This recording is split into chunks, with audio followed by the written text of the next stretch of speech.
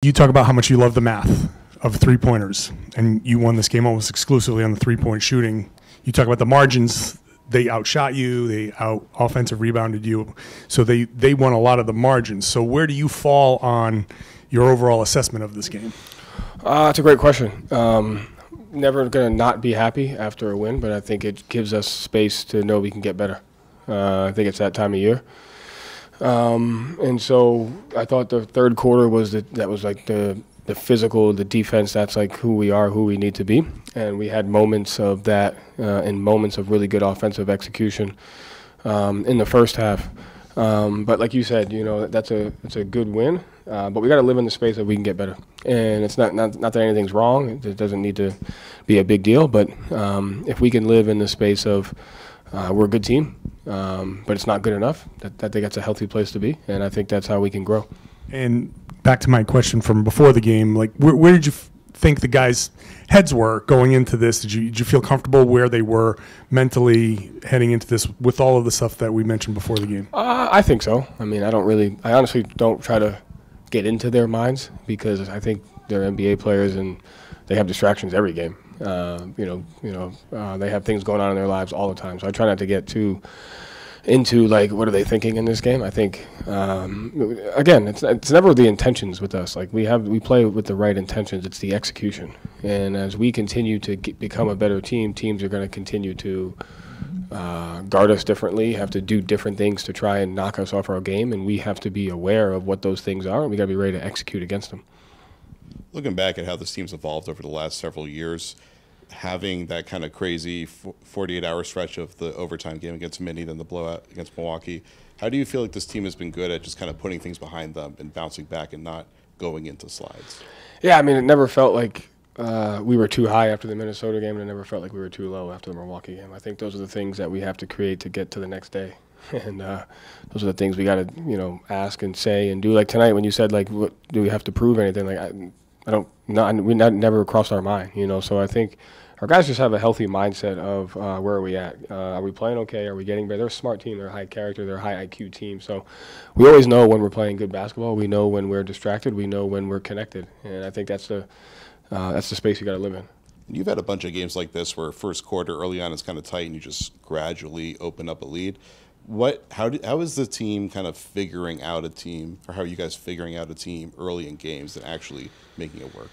I think it just kind of comes to our defensive identity. I think giving up a 31-point first quarter allows a team to hang around. And then 25-point quarters are really hard. Like we talk about, you get a 49% chance if you get one, 68 if you get two. Like 27s are decent. I look at the 27, 28, 27, and that's the difference is like a foul. One rebound that gets you an and one poor rim read that gets you a transition basket at the end. So we're not talking entire quarters. We're talking 5 possessions a quarter that we have to get better at. And I think when we live in that space of like, okay, there's 5 possessions we got to clean up this quarter, that's the difference between, the level that we want to get to and the level we're at.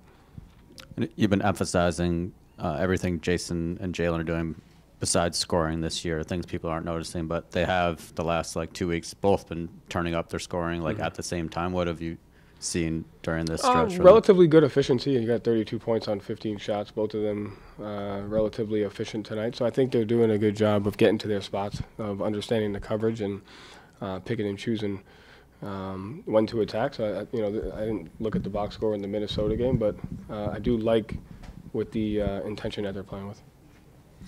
Joe, Jayson's ejection, it's his second one this season. I'm not going to ask you if you're concerned about that, but, he has a propensity to get some technical fouls.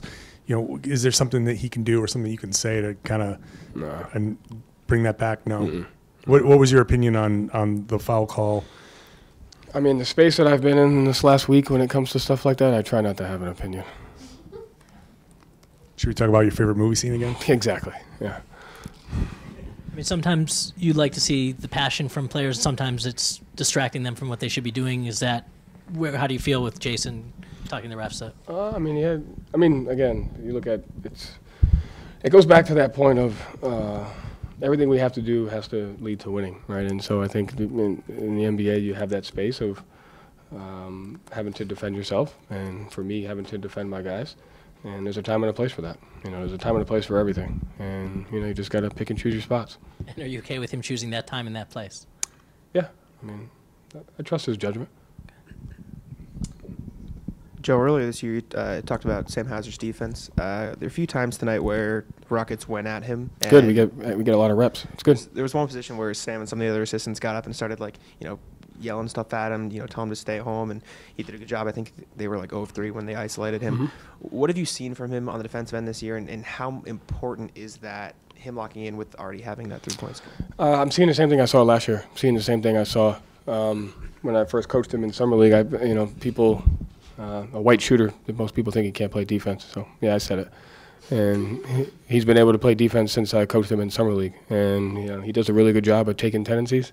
Does a really good job of understanding who he's guarding. He does a really good job of not giving up angles, and he's been that way since day one. So I've always said he could guard. I've always knew he could be a good defender. And the more people attack him, the more reps we get for the playoffs. So I hope they continue to do it. People called it Hauser Island last year, so you're accepting the Hauser Island, Yeah, I never bought into that. I was fine when they. It was more about everyone having to shake the stereotype that he couldn't guard, which I already knew. Yeah.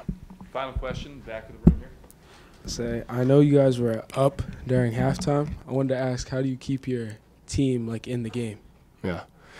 It's a good question. I think sometimes you have to find ways to challenge your guys, and you have to find ways to you have to have a healthy balance of challenging and at the same time understanding how they're playing. And so I think at halftime, it goes back to what we talked about after the game. If we're just going to sit back and be happy after every win, then that's an unhealthy relationship with success, and it's going to come back to bite us in the ass. And if we have the healthiest relationship to have with success is to understand that you can still get better. And so I think that's the space that we have to live in. Thank you. Thanks.